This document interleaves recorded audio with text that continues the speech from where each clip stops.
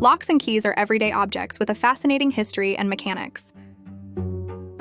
Let's explore the evolution of locks and keys, from simple devices to advanced systems.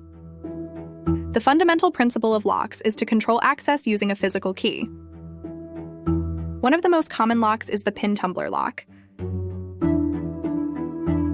Inside, you'll find key components like the cylinder, plug, pins, and shear line. The correct key aligns the pins at the shear line, allowing the plug to rotate.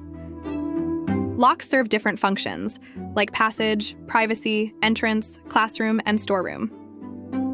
Other lock types include single and double-cylinder deadbolts, dummy locks, and mortise locks. The interaction between the key and the lock's internal components is truly intricate.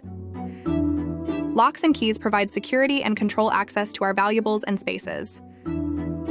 The design and manufacturing of locks and keys showcase incredible ingenuity and craftsmanship. Appreciate the fascinating mechanics behind these everyday objects that keep our belongings safe. To learn more about locks and keys, visit our website,